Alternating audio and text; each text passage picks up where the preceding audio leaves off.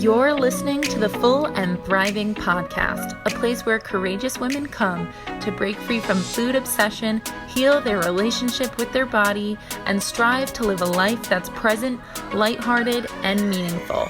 If you're listening, my wish is that this podcast serves as a catalyst that inspires you to nourish your body, nurture your mind, and energize your spirit.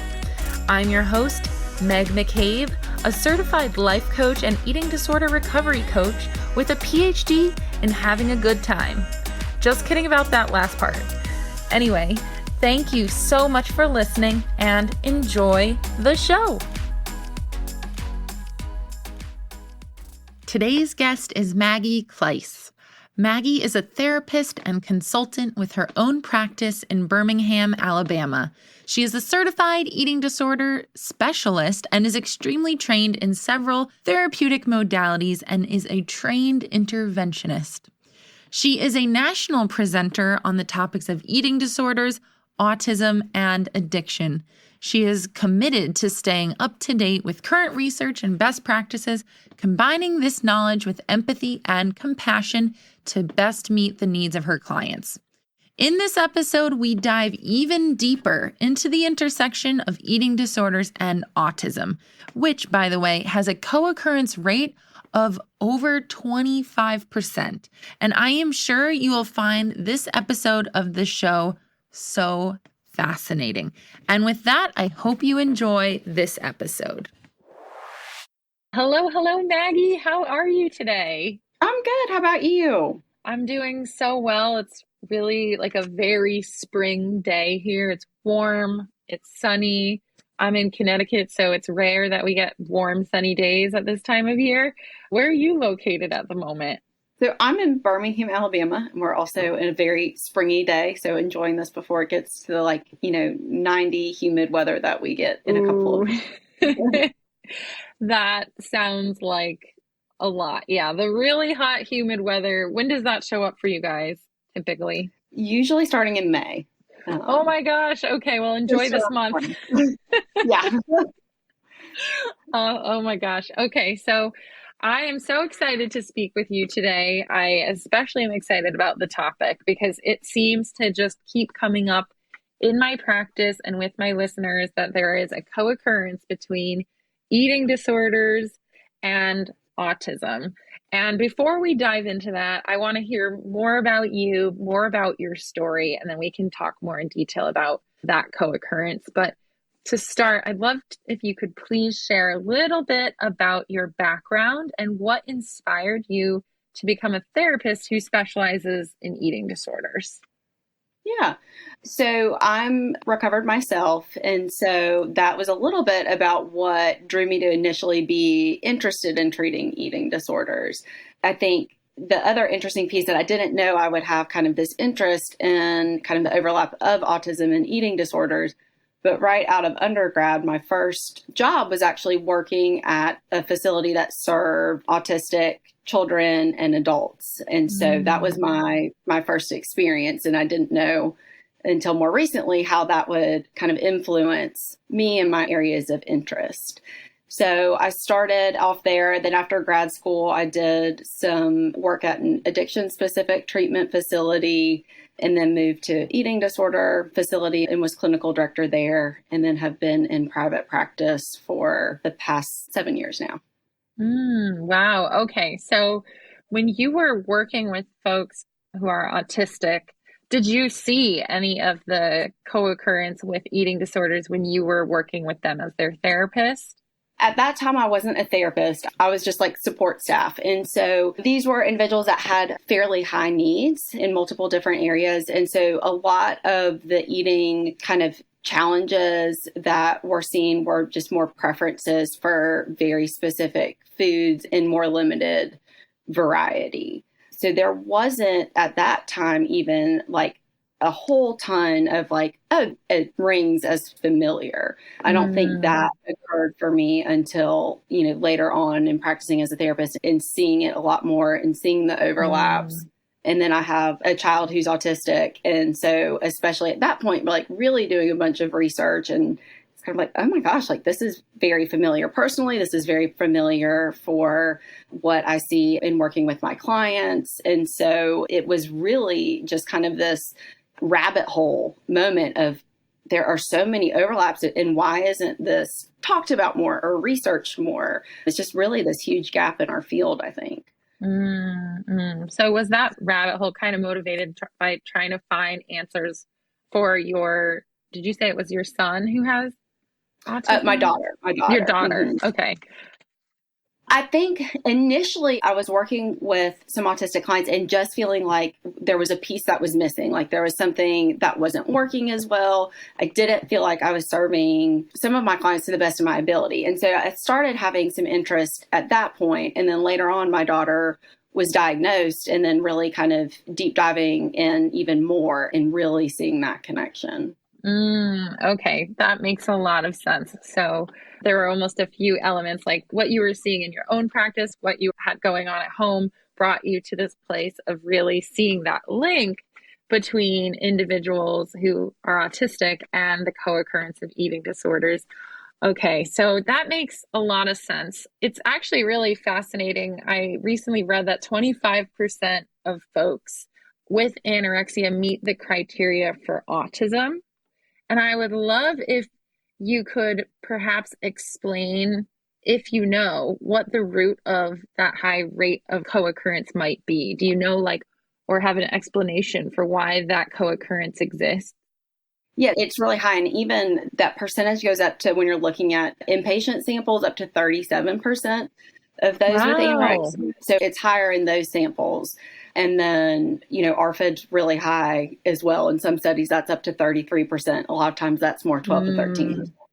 But in all of those, like what we're seeing is there's just a lot of shared traits. And there's this concept, it's called shared endophenotypes. So it's these aspects of both autism and anorexia where they have some shared traits, and they're thought to be more biological in nature, but they're things that we can see, that we can test for, they're observed. And so these endophenotypes are kind of this link between genetic kind of explanation and what we're seeing trait-wise. And so there's lots of overlaps there. So biologically, there's lots of overlaps. When you're looking at some of the neurocognitive traits, in both anorexia and with autism, what you see for both is superiority and detailed focused processing. So that would be one trait. In both, you're seeing difficulties with set shifting. That would be another. There tends to be a little bit more of the insistence on sameness and rigidity that go with both. And so there's lots of these kind of neurocognitive traits that overlap. And then we know there is a genetic component. So if you're looking at families, for those where there is someone who has anorexia, there is a higher likelihood that someone else in the family is going to be autistic. So some overlaps there. And then with ARFID, what you're seeing too is there is a gene that's the ZSWM6 gene that's been identified as a neurodevelopmental gene that connects kind of both ARFID and autism. It connected with both of those.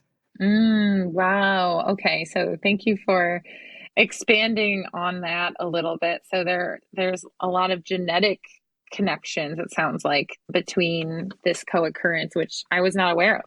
Yeah, so there's the genetic piece. And then I think the other aspect of it too is when you talk about like the high co-occurrence rates, one of the arguments that some people will try to make is, well, it's not really that we have a higher instance of anorexia with autistic individuals. It's more that it's the results of starvation from anorexia that are causing changes in the brain that are then resulting in some of these autistic traits. And research is just across the board showing like that's not the case, like that these traits really predate the eating disorder and are predisposing an individual to the development of an eating disorder. So that, if someone is starting to, restrict their food intake and develop food rules because of the autistic traits, they're more likely to kind of like have those specific rules, and it's going to be harder for them to shift out of them. And so it just becomes more entrenched. And so it's really some of those traits that are predisposing the individual to the eating disorder.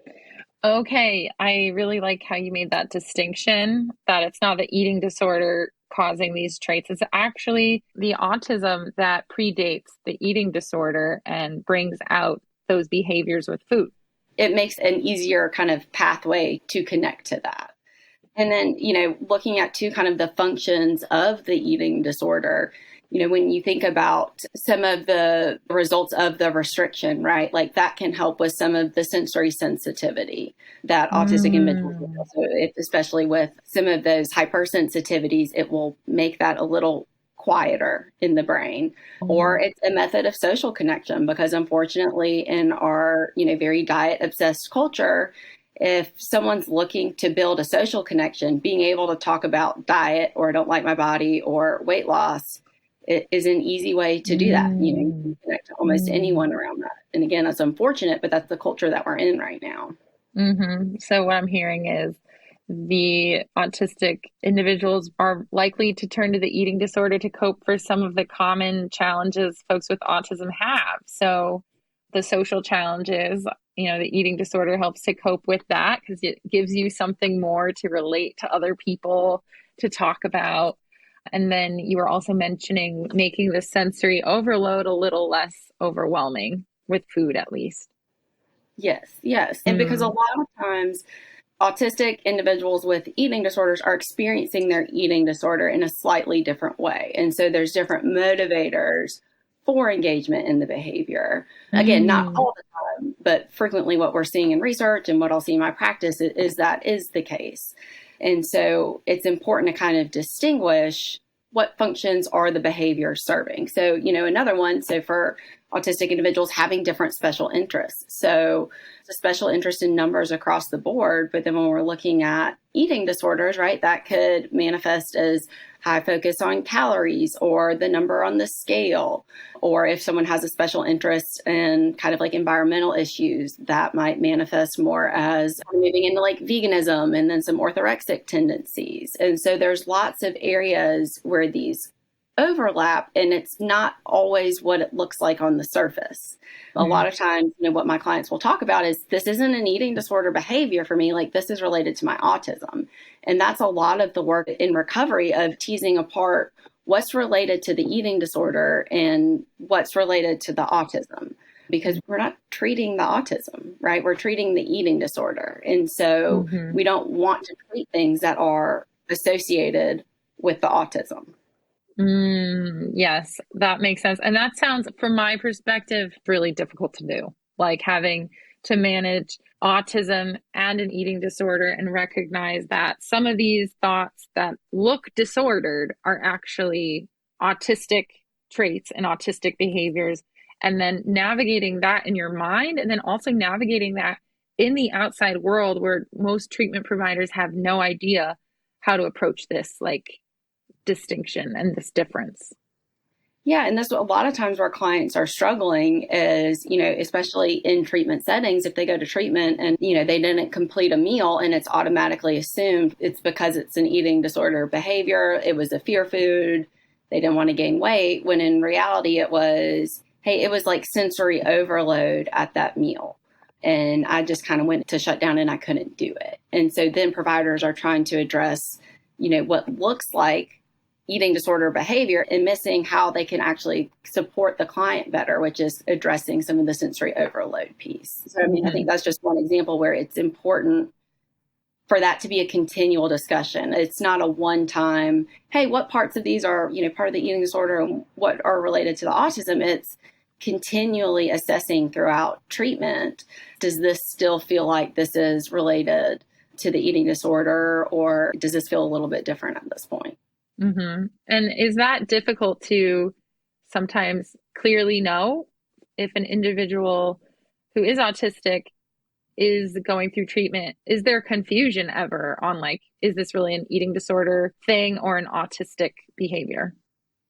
Yeah, absolutely. Especially thinking about like the eating disorder is still the eating disorder. And so a lot of times there is that ambivalence around recovery, or there is a desire to kind of keep part of the eating disorder. And so I've had lots of clients who initially like, nope, that's part of my autism, like not touching that. And then as treatment progresses, being able to be like, hey, I actually think this might be somewhat rooted in my eating disorder. And so, having the ability to continually have that dialogue where it's not the provider saying, nope, this is the eating disorder. Like you're saying it's autism, this is the eating disorder, but it being really collaborative and more just holding curiosity around that.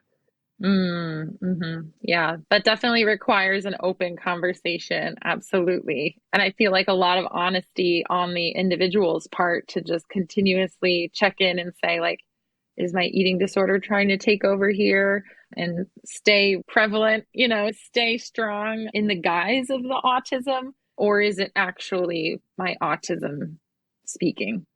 Right. Wow, that's really fascinating. You mentioned the example of sensory overload might be a reason why someone's not eating. It can be really confused, and it can really confuse providers, like in a treatment setting. Do you have other examples of how that mistake could look like, what that could look like in the treatment setting? Yeah, so a lot of times autistic clients with eating disorders, one of the drivers is not so much shape and weight, right? Like it's a part of it, but not one of the primary drivers. And, another thing related to kind of sensory experience might be weight gain. And so the individual might be talking about, I don't like the fact that I've gained weight. And it's not from an appearance standpoint. It's not, I don't like that I've gained weight and I don't like the way that I look. It's sensory, like I don't like the way that that feels on my body. And so then again, if the provider is coming at it from addressing body image, it's missing the mark. That's not what's going on there. That's such an interesting perspective. And I've heard that before in my practice. It's not necessarily look and appearance. It's how the weight feels on my body or how this change in my body feels. How do you support someone who's experiencing that typically? I think it's really important that we expand the treatment team. So, definitely getting an occupational therapist on board to work more specifically with some of those sensory sensitivities or sensory needs. I think the other aspect is, how do we build up some of that distress tolerance of tolerating those sensations that are really uncomfortable and being able to give voice to them and name that. It's also looking at making overall accommodations. So for a neurotypical client with an eating disorder, if it's like, hey, they're wearing baggy clothing, we might say, well, hey, is that a body avoidance behavior? Are you trying to avoid connecting with your body or seeing your body, and would encourage against that, right? Like, well, could we challenge it by wearing something that is a little bit more form-fitting or something that you really enjoy wearing? Whereas for an autistic client, it might be exploring like, hey, if we wear baggier stuff, like, does that feel better? Are there other sensory inputs that would feel more calming to kind of counteract the distress that's felt related to the shift in weight? And does that over time help decrease on average the distress in that person's body they feel with the sensory overload, or is it a constant like needing to cope with that? I think it can show up in different ways. So I think the distress around like what any like weight gain might feel like, that typically, at least what I've seen anecdotally, goes away, but it's not the sensory piece in general. Doesn't go away. Okay. Got it. So the sensory challenges that an autistic individual might experience, that doesn't disappear. You're not healing or getting rid of that. It is Right. the sensory experience of having a different body or even a larger body that can become easier to live with and experience. Right. Okay. Awesome. Interesting. I find this to be pretty, at least helpful for me as someone who seems to see this co-occurrence a lot in the space that I'm working in. One thing that comes up, I think, is you also already mentioned it, like challenges with treatment, right? And so could you please expand upon some of the unique challenges that autistic individuals experience when seeking treatment for an eating disorder? Hello, listeners. It is that time of year again. That's right, we're opening the doors to my global eating disorder recovery community, the Recovery Collective, on May 18th, and we would love to have you join us. Curious to know what it's like inside? Here's what some of our current members are saying. My favorite part about the Recovery Collective is that as of joining about a year ago, I finally realized how important it is to have a community in recovery. It was definitely a turning point for me to finally talk to someone who's understanding. The people in the Recovery Collective are some of the most lovely, supportive people I've ever met. If you're thinking about joining the Recovery Collective, I have 2 words to say to you. Do it. Literally just give it a chance. I think you will be surprised in the most wonderful way. Make the jump and join. It's honestly one of the best things I ever did, and I've made some of my best friends from around the world. It's a safe place for me. I know I can say anything and never get judged for it. And I feel that we all truly care about each other. Well, there you have it. Our members have spoken. And I might be a little biased, but I think our community is pretty great too. For more information, check out the link in the show notes and make sure you sign up for the waiting list so you can be the first to join our community on May 18th. Yeah, I mean, I think one of the big issues is, so if an individual is autistic and it's not diagnosed, a lot of times what will happen for that individual is they will go to treatment and then they're not making progress fast enough, they're not engaging, and they end up getting discharged early, asked to leave, insurance cuts, fill in the blank. And so without the diagnosis, that's the issue. But then on the other hand, if we have the diagnosis, then there's a lot of treatment providers or treatment facilities that are like, hey, we can't manage that. Right. And so even finding a provider or finding a treatment center that can really work well with these clients is very challenging for them. I think the other aspect, too, that unfortunately a lot of our clients face is that, they will go to a provider and it's like, well, let's put the autism on the back burner. We're just going to work on the eating disorder right now. And you can't do that. The autism is a part of that individual's identity and it interacts a lot with the eating disorder. And so you can't just ask an individual to set aside part of their identity so that, hey, we can treat this eating disorder in a vacuum. Mm-hmm. And when we're looking overall at outcomes, they tend to be worse for autistic individuals. And I think that's, mostly due to the fact we're not providing treatment that is specific to their needs. So I think there's the access of care piece. It's the difficulties in how do we shift how we might do treatment for a neurotypical individual.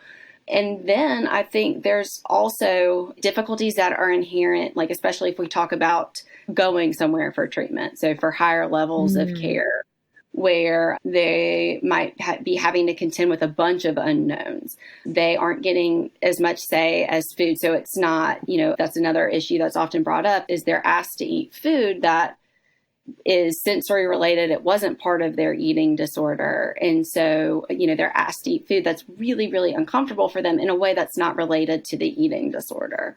Or again, noise level or lots of participation in group, unfamiliar people. When we think about schedule, they're not in control of it. And so there's tons of aspects of just going to treatment where it's a huge added stressor, and going to treatment for anyone is hard in and of itself. And so when we're adding all these other components, it just makes it really, really overwhelming. That sounds extra difficult. Treatment in itself is hard. Yes. And then adding on this layer of difficulty and complications that are kind of unforeseen by the providers because that's not necessarily what they're specializing in, to help. It can just lead to maybe, I'm assuming, a very stressful experience. And would you say typically, I don't even know what the right word to say here is, but would you say that it's typically an unsuccessful experience when someone with autism goes to treatment and it's not known or considered or taken into consideration? Yes, if it's either put on the back burner, just kind of ignored, or if it hasn't been diagnosed, then I have not seen a successful outcome. And there's, definitely experiences that individuals have where it can be really life-changing, especially if it's someone who has not been diagnosed previously. And then in treatment, that's when they ended up being diagnosed, where it's this kind of relief of, well, this explains a lot for me. and it puts things in context, and then treatment's able to be altered in a way that's more supportive. So I think it has the ability when providers are able to, speak to both sides, to be a very powerful experience. So it's just making sure that whether it's the provider or whether it's the treatment facility, that there is experience in that area. So it's not the experience of, well, we'll just address this later. Right. Okay. Yeah. You bring up the diagnosis element of autism, and I've heard so much about how, there's maybe, correct me if I'm wrong, but there seems to be a wave of like adult female identifying women who are now being diagnosed, I don't know if that's the right term, with autism. And can you speak to that a little bit? Yeah, I think so. There's a couple of things with that. So one is with the shift to the DSM-5, that occurred a while back, autism no longer had to be diagnosed in childhood. So you could have adults who were being diagnosed later on. The traits still had to be present early on, but the diagnosis could occur at any age. So one, it opened up that possibility. Two, there is this concept of kind of the female phenotype related to autism, where autistic females have a slightly different expression of their autism. And, part of this, it leads to difficulties with diagnosis. So when you look at kind of like the gold standard measure that's used for diagnosis, the ADOS-2, there was a study and they took a known autistic sample. So individuals who had been diagnosed, and they gave it to males and they gave it to females. And for the males, it identified like, yes, they scored above cutoff, close to 100% of the time. For females, it was catching about 76% of them. So, there were, close to 25% of females where the gold standard wasn't flagging these autistic traits. And so a lot of the measures that have been created were created around males. And then for females too, they don't evidence as much apparent social difficulty overall. So you see a lot more camouflaging behavior. And there's some, again, that can, they're starting to see brain differences that kind of support this. So when you're looking at autistic females, autistic males, some brain differences there that are only found in autistic individuals, not in neurotypical individuals, that can kind of explain some of that. But even if you look at like young kids, so if you look at like young girls on a playground, what you'll see is they will frequently jump from group to group. And that's part of a camouflaging strategy of, if I'm not with the same group for too long, they're not going to pick up on these things. And so it's a way to protect, or they will kind of identify traits of someone that they see as more socially successful and adapt some of those traits. So some of the social difficulties aren't as apparent. And so especially early on, they're not being seen for assessment. And so, all of that's going on. And then now I think it's with TikTok, there's a lot on TikTok is why I specifically referenced that, but there's a lot more information about kind of life as an autistic female. And so I think a lot of individuals are like, oh, wait, I can relate to that. And then they might pursue diagnosis, or adults who, their children are diagnosed. And then it's like, oh, wait, like I'm identifying with a lot of these traits myself. And then they pursue diagnosis. Okay. Interesting. I think that makes sense. Like someone might fly under the radar for a long time if they are taking on like socially acceptable, like personality traits and behaviors, like to kind of blend in a little bit more. I think that makes a lot of sense because I've seen that. I think I know a handful of women in their 30s by now who are just now exploring this diagnosis. Yeah. And I think oftentimes like a challenging process to undergo diagnosis, but a lot of times it's a relief because, again, it's an explanation for, I felt different my whole life, but I can't explain why. I think the other aspect where there's still issues, and this is kind of across the board, but a lot of times there is sort of misdiagnosis that happens with ADHD, where an ADHD diagnosis will be given when really it's actually an autism diagnosis would be more fitting, or there's both that are occurring at the same time. And I think a lot of that boils down to stigma, right? Like it's a lot easier to say like, hey, I think you have traits that are related to ADHD versus I think you have autistic traits. And so it's important too, if there's an ADHD diagnosis and an eating disorder diagnosis on board, that autism at least be, considered and looked at. And then there's also a big move towards self-diagnosis. So not seeking out formal diagnosis, but an individual being able to say like, I have these traits and, I'm autistic.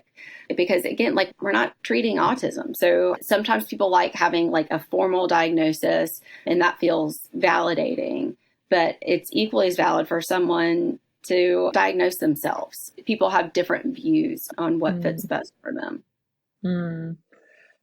That's really empowering to hear that somebody can just move forward, like claiming that for their own, and they don't have to go through the arduous diagnostic process to accept that as a reality for themselves. I feel like many people would feel like they're not allowed to do that for some reason, like they need a doctor or a specialist to make that for them. But I know like when I had my eating disorder, I diagnosed myself, right? So it's like, I can see how that would be really empowering.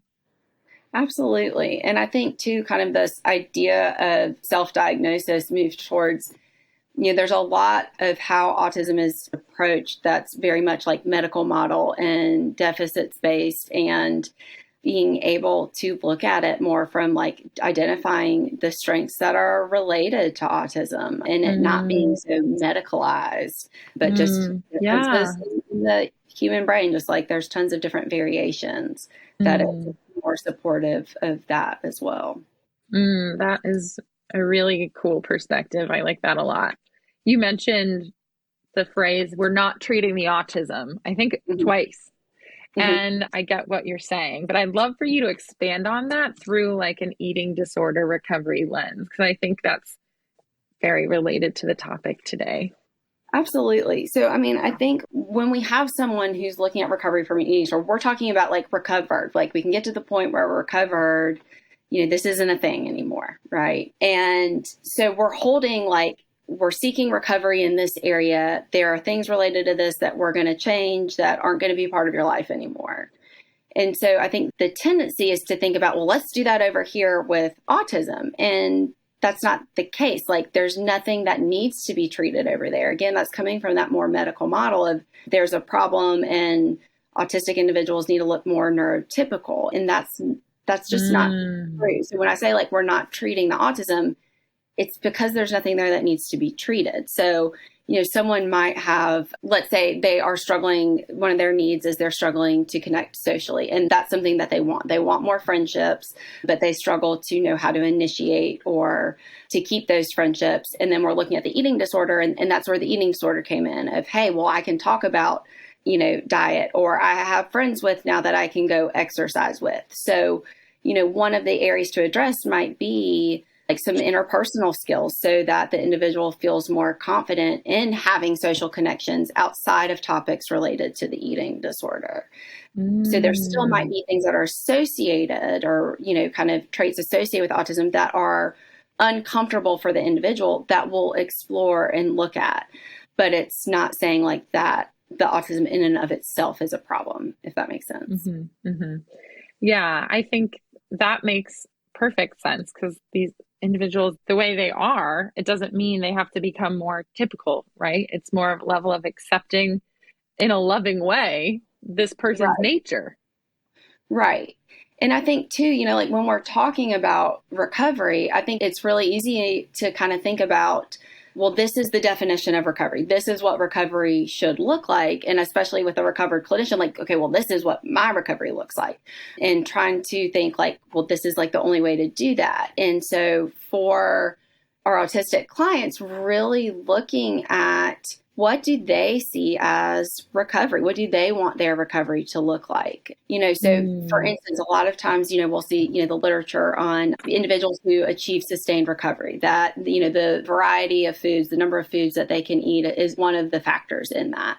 And so it might be like, well, that's why we're pushing variety. But for this individual, the variety piece is not necessarily associated with the eating disorder. That's the stuff that predated it. Or really pushing the need for an individual to engage in social eating. And it's not so much fear of, eating in front of people. It's not eating disorder related. It's the discomfort in social situations in general, or not wanting social connections there. So it's looking at, again, it's that assessment. If it's eating disorder, we need to push into it. If it's not, like, is the individual okay with that? Same thing for special interest with numbers. Like, we might say, well, if you're still calorie counting, like, that's not recovery. Like, but if an individual has a special interest in numbers, they still might count calories. It just might be done so in a way that is supportive of recovery. Maybe there's a little bit more flexibility with what that number could be, or it's a number that's appropriate to sustain their needs. So it's not looking at, this looks like the eating disorder, we need to get rid of it across the board. It's, again, what kind of category does this fall in? And even when you're talking to autistic individuals who identify as being recovered, they still report a lot of food and eating related behaviors, but they will associate those with their autism and not the eating disorder. And again, it's going to look different, and we have to be okay with that and willing to work with that. It almost sounds like setting boundaries between, like, the eating disorder and the autistic traits. It's like recognizing, this special interest in numbers, for instance, this is authentically me. And so I'm going to keep this for myself. And it actually benefits me to do so from an autism perspective. Whereas from the eating disorder perspective, it's not beneficial to be over-focused or hyper-focused on numbers. Right. And when you think about, like, special interests, those are ones that it tends to be more calming or comforting. And if you're looking at for, like, a neurotypical client with an eating disorder, the counting calories is something that's related more to distress, or it's more of a kind of like a compulsive behavior related to the obsession around food. And so it's not necessarily calming and enjoyable in and of itself. Also looking at it, like, the special interest in numbers, like, we're not going to just see that related to calorie counting. That's going to show up in a bunch of different areas too. There's some different things we can explore around, is that special interest, truly just a special interest, or is this more of an eating disorder behavior? That's really helpful to think about. Is this appearing in other areas of my life as well? And is it giving me a sense of comfort and joy as opposed to distress? Yes. Okay. Very, very good stuff going on here. One thing that's challenging is the rigidity I see, like, with the co-occurrence between eating disorders and, autistic traits. Like, rigidity around food can be so difficult for someone to heal when they have an eating disorder. It feels like there's a fine line, right? Of, like, where it's helpful or hurtful to be rigid for someone. And how would you kind of expand on that through an autistic lens?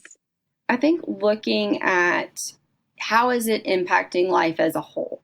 So more kind of quality of life, and is it interfering with goals? So it might be that, hey, like, I want to be able to go on vacation with my family, but in order to go on vacation with my family, like, I have to be comfortable at eating at slightly different times, or I have to be comfortable eating out, or just able to do it. And so that might be an instance where there is the, like, okay, I have to work on the rigidity or kind of that desire for the sameness in that area versus, like, hey, every day, like, you need to let go of a meal plan. Like, for some clients, the meal plan can be kind of the place where, hey, there's structure there and I like that, and that's where I want to stay. And so a lot of times you may have experienced this as well. There's a different level of attachment to shifting some of those behaviors around food or the timing of eating when it's more related to the autistic traits than just straight up kind of neurotypical experience of an eating disorder.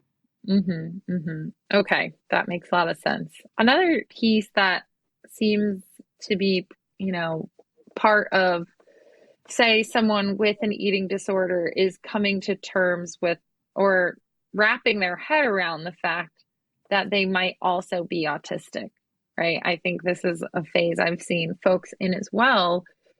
The thought, I don't want to have another quote problem associated with me. I don't want to have another issue to manage. That seems to come up.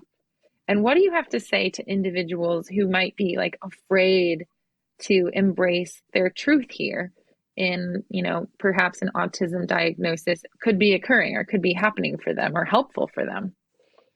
I start by exploring like the messaging they've received around autism in general. Like, at what age did they have a diagnosis, or how did parents talk about it? How do peers talk about it? Because a lot of that really influences, I think, whether an individual kind of connects to those traits and part of self as celebratory and like, this is what makes me me. And there's lots of wonderful things about that, versus holding a lot of shame in that area. And I think a lot of times, unfortunately, what happens is parents will, not disclose a diagnosis, or, it won't come up until, the individual is early adulthood. And then there tends to be a lot of shame, like, well, if this must have been some terrible thing, if my parents had to shield me from it, where, the parents thought they were protecting the child. So looking at some of the messaging around it, I think exploring some of the strengths that are inherent with some of these traits as well is really positive. And then, finding that community, finding different points of connection with, other autistic individuals who are affirming and being able to connect with it in that way. That's so helpful. I think there is so much stigma, or at least growing up, like back in the day, there was a lot more stigma that I think kids took on around this diagnosis. And thankfully now, there are communities that can kind of break that down and change the narrative that someone might have within themselves about that diagnosis. Fabulous. Well, this has been extremely helpful. And I'm just really curious, as we wrap up this conversation, I'd love to hear kind of what do you think would be the best next steps for folks who are connecting to what you're saying, who are thinking, I have an eating disorder. A lot of what Maggie is sharing today really speaks to me. What could be the best next step for someone who's in treatment for an eating disorder who might actually also be autistic? I think, one of the things could be talking to your treatment team about it and just starting the conversation around that. Another aspect, like if you don't have a treatment team yet, or, you're not sure if you really are formally seeking out treatment for your eating disorder, would even just be doing some self-research. So Dr. Pookie Knightsmith, she is autistic and she is in recovery from anorexia. And so she will often speak about kind of the overlap. And so even just seeking out different connection points for people who are autistic and hearing kind of like, okay, can I relate? Can I not relate? And going from there can be a good next step. That's really great advice. And I love that you shared that resource. Speaking of resources, where can people go if they want to reach out to you or work with you throughout their recovery? Yeah. So my email is mklyce@elevatewellnesstherapy.com. And so email is usually like the best way to get me. I'm not super social media savvy, although that is something I'm trying to work on. So email for now is the best way. Well, that is okay. Social media is not the most fun thing out there. So if you can have a practice without it, I'm actually kind of envious. But yes, Maggie, this has been a total delight. Thank you so much for being here. I think it was really eye-opening and interesting to learn about. I definitely learned a few new things along the way. So thank you so much, and I appreciate it. Absolutely. Well, thank you for having me. I enjoyed talking with you today. You're so welcome. Have a great day. You too.